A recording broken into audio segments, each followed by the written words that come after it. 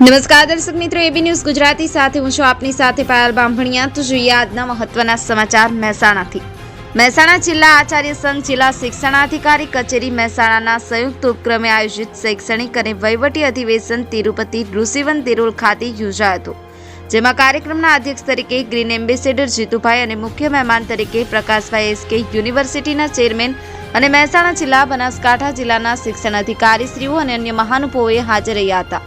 મહેસાણા જિલ્લાના દરેક સ્કૂલના આચાર્ય હાજર રહ્યા હતા। દરેક મહાનુભાવોનું સાલ અને મોમેન્ટો આપી સન્માન કરવામાં આવ્યું। ગ્રીન એમ્બેસેડર જીતુભાઈ દ્વારા દરેકને ગ્રીન ગ્લોબલ બ્રિગેડના જે 5 નિયમ છે એના શપથ લેવડાવ્યા અને વૃક્ષારોપણ કરાવ્યું। દરેક આચાર્યને જીતુભાઈ દ્વારા સૂચન કરવામાં આવ્યું કે સ્કૂલમાં ભણાતા વિદ્યાર્થીઓને પર્યાવરણના વિષય ઉપર વિશેષ ધ્યાન આપવું અને વિદ્યાર્થીઓની બાળ દત્તક વૃક્ષ માટે આગ્રહ કરવો, જેથી બાળકો પોતાના ઘર આગળ અને સોસાયટીના કોમન પ્લોટ કે બીજી અન્ય જગ્યાએ વૃક્ષ વાવી તેને ઉછેરી અને મોટું કરે અને પર્યાવરણની જાળવણી કરતા શીખે।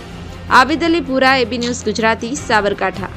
આપણી આસપાસ બનતી ઘટનાના સમાચાર જોવા માટે એબી ન્યૂઝ ગુજરાતીની લાઇક કરો, શેર કરો, ચેનલને સબસ્ક્રાઇબ કરો। મહેસાણા ડીઓ સાહેબ પણ આ ફંક્શનમાં હાજર રહ્યા છે, તો એમની પાસે પણ આપણે ગ્રીન ગ્લોબલ બ્રિગેડમાં વધારે વધારે કાર્યકર્તાઓ જોડાય અને આ દુનિયાને લીલી કરે। સાહેબ પણ આપણને નાનો સંદેશો આપશે।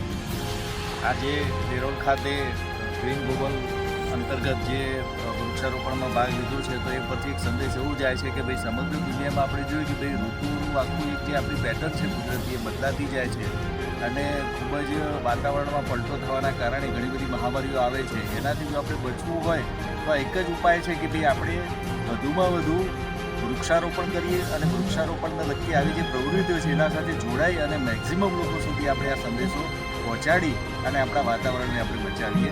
બસ એ જ સંદેશ સાથે તમામને ખાસ કરી શુભેચ્છાઓ। Thank you sir, thank you.